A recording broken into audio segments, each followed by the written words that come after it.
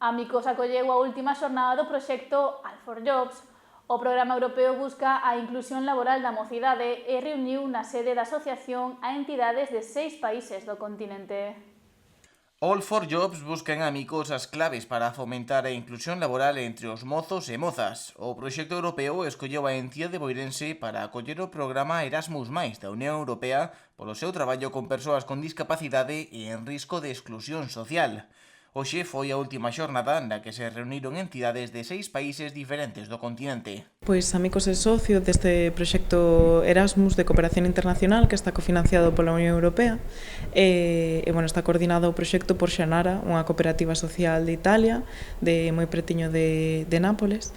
É unha entidade que traballa sobre todo con colectivos en situación de vulnerabilidade. É por iso que quixeron contar con nós nesta ocasión, xa que traballamos con persoas con discapacidade intelectual e tamén con empregabilidade, que é un dos principais obxectivos e finalidade. Traballar con persoas en situación desfavorecida, en situación de exclusión social, colectivos vulnerables en xeral, pois traballar para a adquisición de novas competencias e habilidades para a empregabilidade.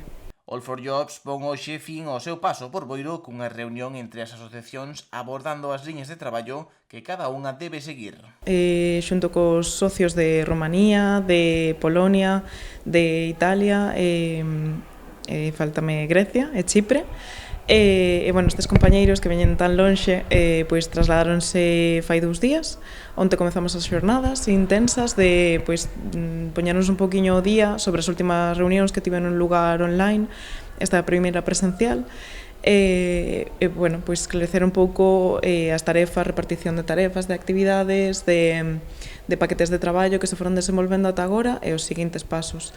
Tamén fixemos hoxe, sobre todo, un pouco fincapé nos temas financeiros, de comunicación e difusión do proxecto, e agora mesmo xusto estábamos comentando o próximo encontro, que será un encontro formativo en Chipre, o ano que ven, 2026.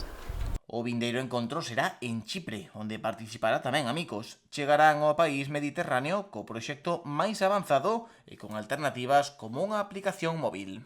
As xornadas acabarían hoxe xa ao mediodía, xa que eles necesitan viaxar de volta aos seus respectivos países. Sí, a idea sería que o próximo encontro se realice nunha das semanas de setembro, probablemente a última, e neste caso sería en Chipre. A idea é que o proxecto xa este o suficientemente avanzado como para empezar a ver resultados máis tangibles, máis físicos, como unha aplicación móvil, un xogo de realidade virtual que favoreza o aprendizaxe das persoas con discapacidade.